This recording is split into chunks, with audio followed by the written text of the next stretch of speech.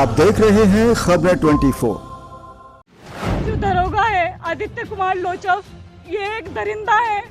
ये फेसबुक पे, इंस्टाग्राम पे, सोशल मीडिया पे दोस्ती करता है लड़कियों के साथ, फिर उन्हें अपने जाल में फंसाता है, फिर उनसे रिलेशनशिप बिल्ड करता है, फिर उनकी वीडियो बनाता है, उनसे उनकी कॉन्फिडेंशियल चीज़ें जानता है, उनसे पैसे लेता है, फिर उन्हें थ्रो कर देता है। ये लड़की लोगों से पैसे लेके बलात्कार के मुकदमे लिखाती है, फिर उन चीज़ों को मान्य न्यायालय में जब अपनी इच्छा पूर्ति पूरी हो जाती है तो फिर चीज़ों को पलट देती है न्यायालय में जाके।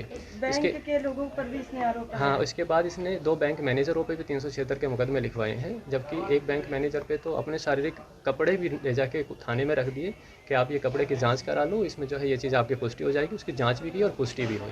तो जब मैं पूछता हूँ इनसे तो मुझ पर अनर्गल आरोप लगाती हैं, झूठे झूठे, क्योंकि 2016 से 2024 आ गया है, आज तक ये न्यायालय में 161-64 मेडिकल लोगों पर आरोप लगाने, 156-3 डालने, बलात्कार के मुकदमे लिखाने, सिर्फ गिनती नहीं है कि कितने की है। सरकारी लोगों को क्या शिकार बनाती है? 3 लोग सरकारी हैं, उसमें से 4 में से 3 लोग सरकारी हैं, चौथे की मुझे पता नहीं है वो क्या करते हैं।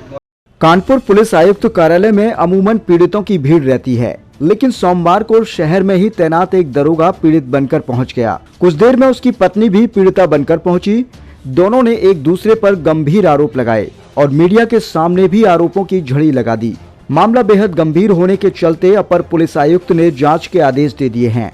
कानपुर कमिश्नरेट के ग्वालटोली थाना में तैनात दरोगा आदित्य कुमार लोचन पर बुलंदशहर निवासी महिला ने आरोप लगाते हुए अपर पुलिस आयुक्त हरीश चंद्र से लिखित शिकायत की कि पति आदित्य मानसिक और शारीरिक शोषण के साथ उसकी निजी तस्वीरें सोशल मीडिया पर प्रचलित कर रहा है।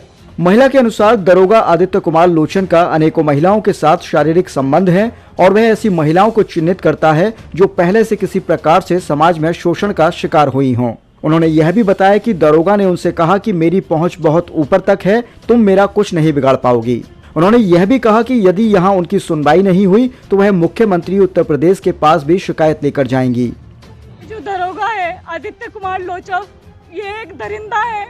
ये फेसबुक पे, इंस्टाग्राम पे, सोशल मीडिया पे दोस्ती करता है लड़कियों के साथ, फिर उन्हें अपने जाल में फंसाता है, फिर उनसे रिलेशनशिप बिल्ड करता है, फिर उनकी वीडियो बनाता है, उनसे उनकी कॉन्फिडेंशियल चीज़ें जानता है, उनसे पैसे लेता है, फिर उन्हें थ्रो कर देता है। इसकी ना जाने मेरे साथ भी यही हुआ है सेम।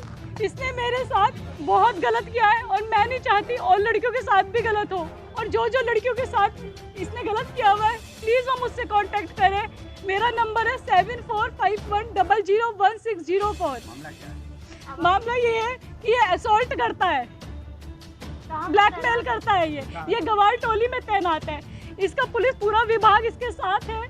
मैंने हर जगह कंप्लेन करी है लेकिन किसी ने मेरी सहायता नहीं करी है, क्योंकि ये पहले से ही शातिर है। ये कई लड़कियों के साथ ऐसा कर चुका है। ये सिर्फ उन्हीं महिलाओं को विक्टिम बनाता है जिनका पहले से हरेसमेंट हुआ हो, या वो सेपरेटेड हो, डिवोर्सी हो, या वो अकेली हो। ऐसी महिलाओं को ये जल्दी से इजीली टारगेट कर सकता है और फिर वे लड़कियां इसके खिलाफ कंप्लेन भी नहीं कर सकती है। इसीलिए दरोगा का नाम है आदित्य कुमार लोचव। कृपया मेरे संपर्क में भी सोशल मीडिया से आया है। कई सालों से ये साथ है मेरे। आज आप कहाँ पर आएंगे? क्या मैं आज कमिश्नर साहब के पास आई थी, एडिशनल कमिश्नर साहब के पास, लेकिन कुछ नहीं हुआ है। सिर्फ इसी का ही साजिश चली है। इसने ऊपर से लेकर नीचे तक सबको मैनेजमेंट किया हुआ है, सबको। अगर आपको न्याय नहीं मिलेगा तो अब आप क्या करेंगे? मैं योगी जी के पास जाऊंगी बस, क्योंकि और कुछ नहीं है मेरे पास रास्ता। ग्वालटोली थाने में गई, इन्होंने मेरे को जबरदस्ती बिना किसी जुर्म के हिरासत में ले लिया और 2 दिन तक मेरे को हिरासत में रखा इन्होंने, पूरी रात और अगले दिन। और मेरे साथ वहाँ पे मारपीट करी, मेरा उत्पीड़न किया। इवन मैं आपको बता भी नहीं सकती हूँ। वहीं मौके पर मौजूद दरोगा ने भी अपना पक्ष रखते हुए बताया कि महिला के साथ उसकी शादी हो चुकी है, लेकिन शादी के वक्त उन्हें जानकारी नहीं थी कि महिला पहले से शादीशुदा है और अपने मायका क्षेत्र के थाने में तैनात एक दरोगा समेत 2 बैंक मैनेजर से उनका शारीरिक शोषण का मुकदमा भी चल रहा है। दरोगा आदित्य ने अपने पक्ष में सभी दस्तावेज प्रस्तुत करते हुए कहा कि महिला का पूर्व में उनके घर के सामने स्थित थाने के दरोगा से भी विवाह हो चुका है, जिसमें उनके ऊपर जबरन शारीरिक शोषण का आरोप लगाकर मुकदमा दर्ज करवाया गया था। उसके पश्चात बुलंदशहर के ही 2 बैंकों के मैनेजर आशीष राज और अमित गुप्ता के ऊपर भी महिला ने पूर्व में शारीरिक शोषण का मुकदमा दर्ज कराया है। इसके अलावा एक और व्यक्ति है जिसके ऊपर मुकदमा दर्ज है। दरोगा आदित्य ने हिंदू रीति रिवाज के तहत अपने शादी के कागजात समेत अनेक साक्ष्यों को भी मीडिया के समक्ष रखते हुए कहा कि यह महिला आदतन इसी प्रकार लोगों को फंसाकर शारीरिक शोषण का मुकदमा दर्ज करवाती है और फिर उनसे पैसे का लेन देन कर अपनी बात से मुकर जाती है। उसके अकाउंट में करोड़ों रुपया है और यह रुपया कहां से आया, इसकी जांच होनी चाहिए। सही से जांच होगी तो इसके द्वारा पीड़ित मुझ सहित अन्य 4 लोगों को भी न्याय मिल पाएगा। महिला है, कौन महिला है, क्या आरोप लगा है? इस लड़की से मेरी शादी 17 फरवरी 2024 में हुई थी और शादी के बाद 20 दिन में घर रहा था। उसके बाद मैं जून में घर गया था, जून 2024 में।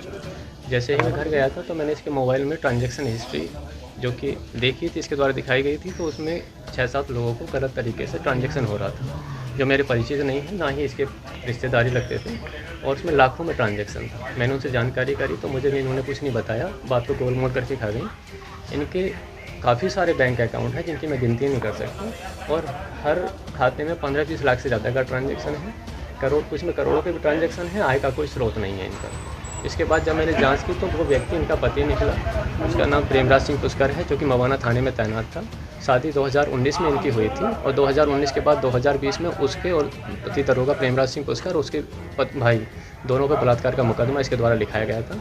161 में कहा गया था कि मेरा बलात्कार हुआ है, मेडिकल में कहा मेरे साथ ऐसा हुआ है, लेकिन जब माननीय न्यायालय में 164 बयान हुआ 20 दिन बाद तो चीज़ें इसने बदल दी। कहा कि मेरा पति है, परिवार आसपास के लोगों के चढ़ावे में आके मैंने झूठा मुकदमा लिखाया था और मेरे साथ कोई बलात्कार जैसी घटना नहीं हुई। ये लड़की लोगों से पैसे लेके बलात्कार के मुकदमे लिखाती है, फिर उन चीज़ों को माननीय न्यायालय में जब अपनी इच्छा पूरी हो जाती है तो फिर चीज़ों को पलट देती है न्यायालय में जाके।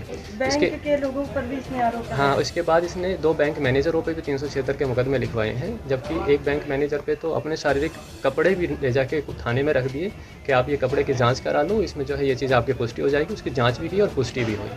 ये महिला 2 बैंक मैनेजरों पे, एक आशीष राज और दूसरा अमित गुप्ता, उन पर भी 376 के मुकदमे लिखा चुकी है। बाकी जांच में सिर्फ नहीं है, मुझे विश्वास है कि इसके अलावा भी इसके और भी इसने मुकदमे लिखा रखे होंगे। कई लोग हैं इसकी टीम में जो इसका साथ देते हैं। इसकी पहले से शादी हो चुकी थी, आपको जानकारी? पहले से शादी हो चुकी थी, मुझे जानकारी नहीं थी और ये माननीय न्यायालय में दूसरे जो 376 का मुकदमा लिखाया है उसके बयान करा रही थी, तो मुझे जब भी जानकारी नहीं, मुझसे सिर्फ ये कह के मेरिट रह रही थी कि मुझे कोचिंग करनी है और अपने घर से ही, अपने मायके से ही कोचिंग कर रही थी वहीं से।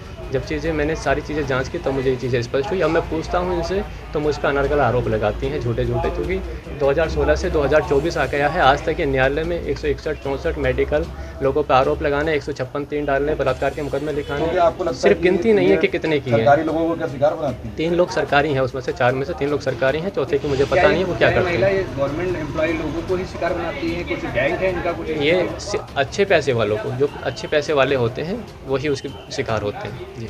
और मैं गिरोह में कौन हो सकता है? गिरोह में अन्य लोग हैं जिसकी जांच होगी, जांच से पुष्टि होगी। इनका जो ट्रांजैक्शन है, ट्रांजैक्शन हिस्ट्री की जांच की जाए, उसके बाद इनके जो CDR से चेक की जाए, दोनों चीज़ों से उसकी पुष्टि हो जाएगी। विभाग के लोग भी इसके साथ दे रहे हैं? इनका पति पहले से इसका साथ है, जो मेरे विभाग का है, सब इंस्पेक्टर है यूपी पुलिस में, और उसी को ही वो लाखों का ट्रांजैक्शन था शादी के बाद में, तभी वो चीज़ें निकल के सामने आई। तो अब अधिकारी के पास आए, क्या चाहते हैं? मैं बस यही चाहता हूँ जो गलत है, गलत के खिलाफ कार्रवाई हो। Staff officer Kanpur commissionerate Amita Singh ने मामले की जानकारी देते हुए बताया कि मामला संज्ञान में आया है, उसकी उचित जांच करवाकर आगे की कार्यवाही की जा रही है। ये महिला मेरठ की रहने वाली हैं और दरोगा जी यहीं पोस्ट है कानपुर में। तो इनका आरोप है कि वो शादी के बाद भी उनको अपने घर में नहीं रख रहे हैं और दरोगा जी का भी अपना आरोप है इनके खिलाफ। तो मामला संगीन है, गहराई से जांच करने के लिए टीम गठित की जा रही है और उसके बाद कार्रवाई की जाएगी।